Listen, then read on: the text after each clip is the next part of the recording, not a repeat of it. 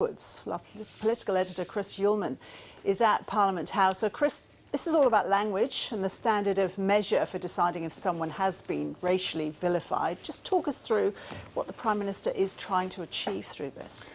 Well, the Prime Minister says that this is a law that's lost its credibility, that over time there have been cases, and he kept going back to the same two. In fact, it was a case against Bill Leak and a case against the Queensland University of Technology students where he felt that the law had fallen into disrepute, that the words insult, offend and humiliate were too low a bar. But he was saying that he was going to strengthen the law and not get rid of it by replacing it with the word harass, which he says is a word that's well understood by people, and it is a strong word, and that it is used in other bills like it all around the world. Now, of course, that is very much open to debate, as we have just seen, and the Labor Party is staunchly opposed to this, as is the Greens, and as is, it would appear, a majority of the Senate at the moment. The interesting thing with this bill is it will be introduced first into the Senate. Now, you do have to wonder then about the state of the government's mind about whether or not it might pass the lower house, where it has a majority of simply one seat, given that there were at least 5 people in the coalition party room this morning that were speaking against this. So the test of this bill will first be in the Senate.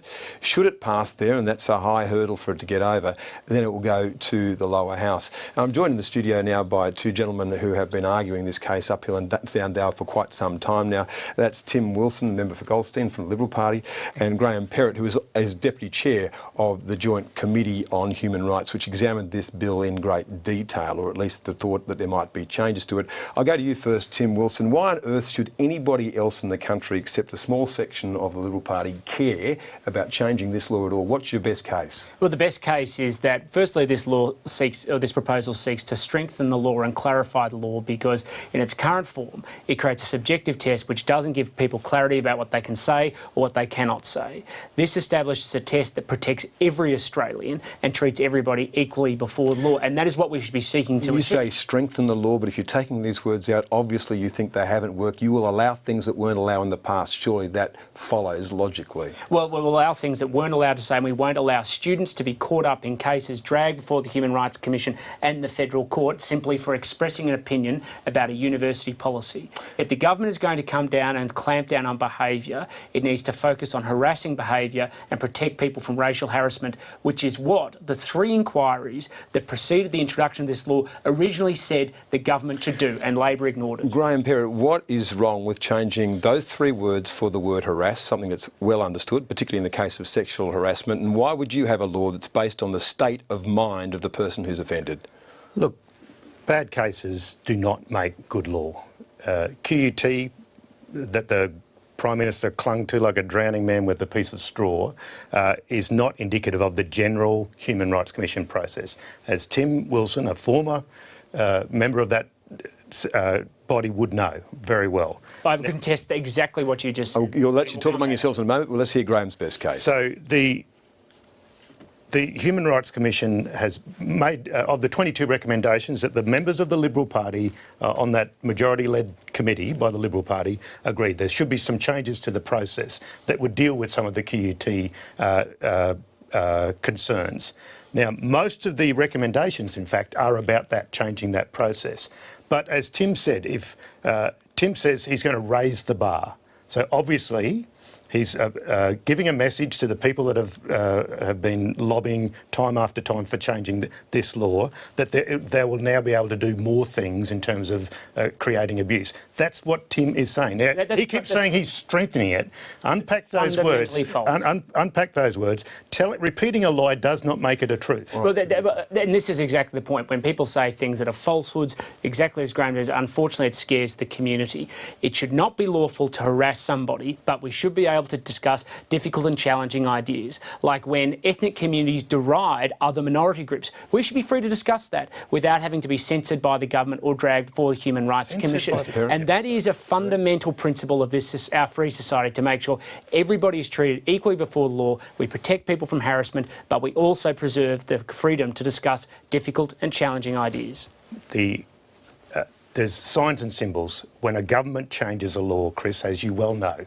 When a government changes a law like this, after receiving 400 submissions, one from Tim, that actually says we should get rid of 18C, 18D and 18E of the Racial Discrimination Act. And replace it with a provision specifically dealing with harassment. That's what the government has listened to. Not the 400 or so ethnic groups that have actually said, we're concerned that this will mean there'll be more harassment in the playground, more harassment on the buses.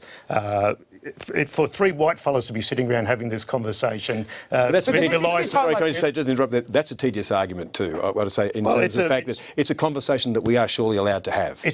We are. Look, and as you would know, there's a section in the Racial Discrimination Act called 18D that actually says we should be having these conversations, and media, Bill Leak, etc., etc. But the prosecution itself can be a punishment, and Bill Leak was prosecuted despite the fact that. Well, he didn't. It didn't actually go to court, Chris. But the Exchange case did. Well, it did. It's saying, but the prosecution itself can be a punishment. Well, look, there's been 96 cases that have gone to court over there's been 11,000 matters before the Human Rights Commission over the last 21 years. It's hardly, a deluge of complaints. And as Kiefel, now the Chief Justice of the High Court, has said, the bar is actually quite high. Much higher than the words suggest. But this is so now it cannot be, as that case that Graham Perrett's making, it cannot be compared to, she said, a mere slight. So the judicial practice has actually set the bar a little bit higher than you would have it. And the reason why people should be reading my submission and actually trying to understand the issue is that the Human Rights Commission has to go with the common language. The court set a different standard. What the recommendation from the government does today is actually establish a standard where the courts agree it should be. And Graham himself just talked about the fact that we've got to stop issues around harassment. That's what we're trying to do. We're trying to protect minorities, preserve speech, but make sure that we don't have difficult topics taken off the topic, taken off discussion.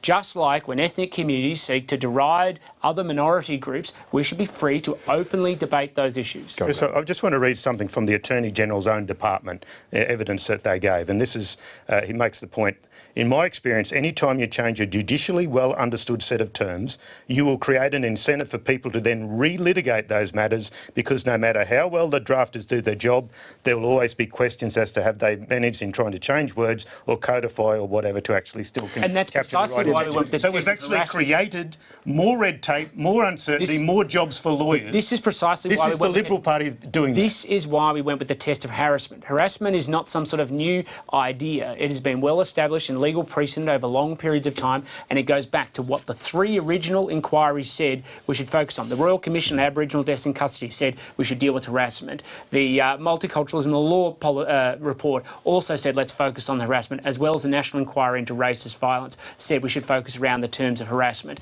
We're doing what Labor ignored. But the impression that people will get is that you are lowering the bar and not raising it. Isn't that true? And by the way, if you are so confident in this, why is the government introducing it to the Senate and not the lower house? Are you concerned that your own membership won't wear this and someone might cross the floor? Well, firstly, the Attorney General's introducing it. He's in the Senate. That's the reason it's This is an unusual process. Well, the Attorney General's actually in the Senate. That's I understand that. This is an unusual process. He does have a representative. But it doesn't change the fact that the Attorney General's in the Senate. The responsible minister introduces it into the relevant House. And I do think we can get a change in this law, because what we're doing is putting forward a recommendation that three inquiries said should be the case. Labor, once upon a... Yes, the Human Rights and Equal Opportunity Commission inquiry, the National Inquiry into Racist Violence, the Royal Commission, and one of the recommendations... Not before the internet. One of the options... This was 2 weeks ago. As one of the options in that report explicitly talks about shifting the test from offend, insult and humiliate to harassment. Isn't that the case that it's options that's given in that paper? Well, no, they say at least one member of the committee supported this as an option. At least one member. Now,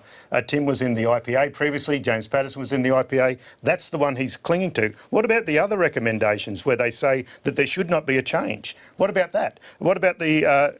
you are familiar with this report, I have read that report, and I was very proud to see the party room did not seem to have considered it. Well, no, I think that's completely wrong, Graham. What the party room has done is read through the report, identified the sensible way forward, backed up with historical precedent around making sure we stop racial harassment, which three independent inquiries said we should do. What were the years of those, Tim? Sorry? When were those inquiries? Well, those were back in the 1990s. They were actually the laws. They were the inquiries that preceded the introduction of the current law, which you ignored. Two quick things.